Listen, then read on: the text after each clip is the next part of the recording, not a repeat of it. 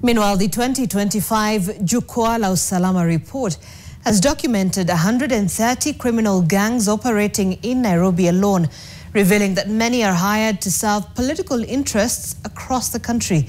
Interior Cabinet Secretary Kipchumba Murkomen described the fight against these gangs as complex and murky, noting that they often run errands for politicians in both government and opposition.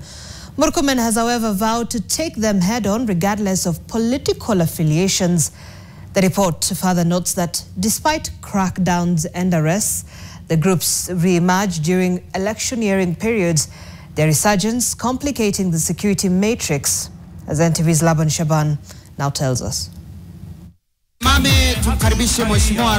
At State House, Nairobi, President William Ruto led the country in receiving the Jukwaa la Usalama report, a document compiled after months of engagements with wananchi, chiefs, assistant chiefs and local administrators across the country. Ndio hiyo basi Jukwaa la Usalama report.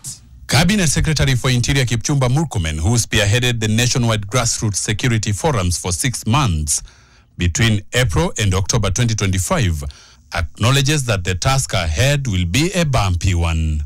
We have very resilient gangs that operate around the country. With your guidance, Your Excellency, this is an area we want to deal with decisively, without fear or favor, and we must deal with everybody, whether they are in government, they are in opposition.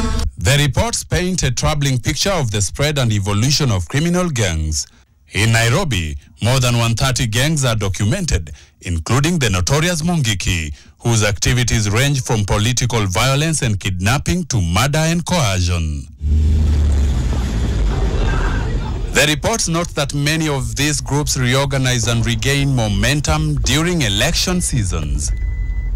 In the western region, Kakamega, Busia, Bungoma and Trans Nzoia, gangs such as Jeshi Jinga, 42 Brothers, M23, Kapenguria 6 and Usiku Sako are associated with violent disruptions of political events, coercion of local residents and enforcement of political loyalty.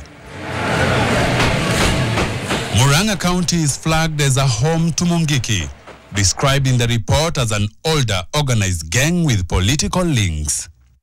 The report further identifies political land invasions and land grabbing as a second front in gang activity.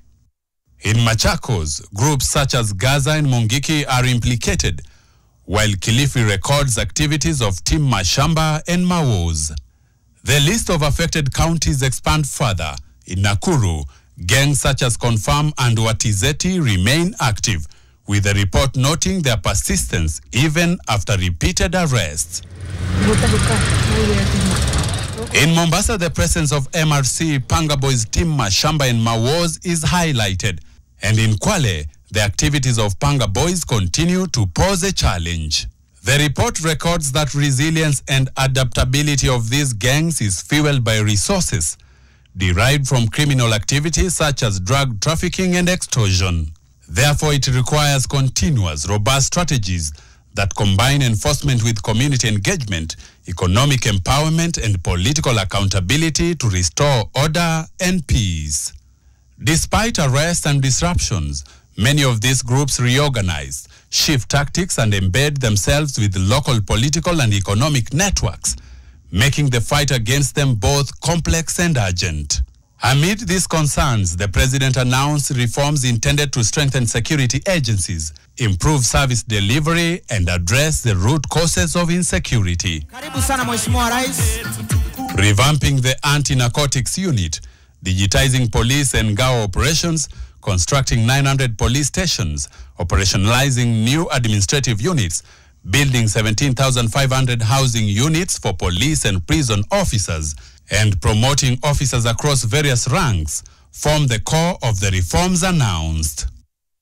Government plans also include procuring 3,000 vehicles, with emphasis on electric models, expanding civil registration centers to 400, developing new correctional services laws, and formally recognizing village administrative elders with a monthly stipend beginning June 2026. The Jukwaa la Usalama report is seen as a major shift in how Kenya intends to confront insecurity, with a specific focus on politically linked gang activity. As the directives begin to take effect, the real test will be whether the reforms translate into safer communities across the country. Laban Shaban, NTV.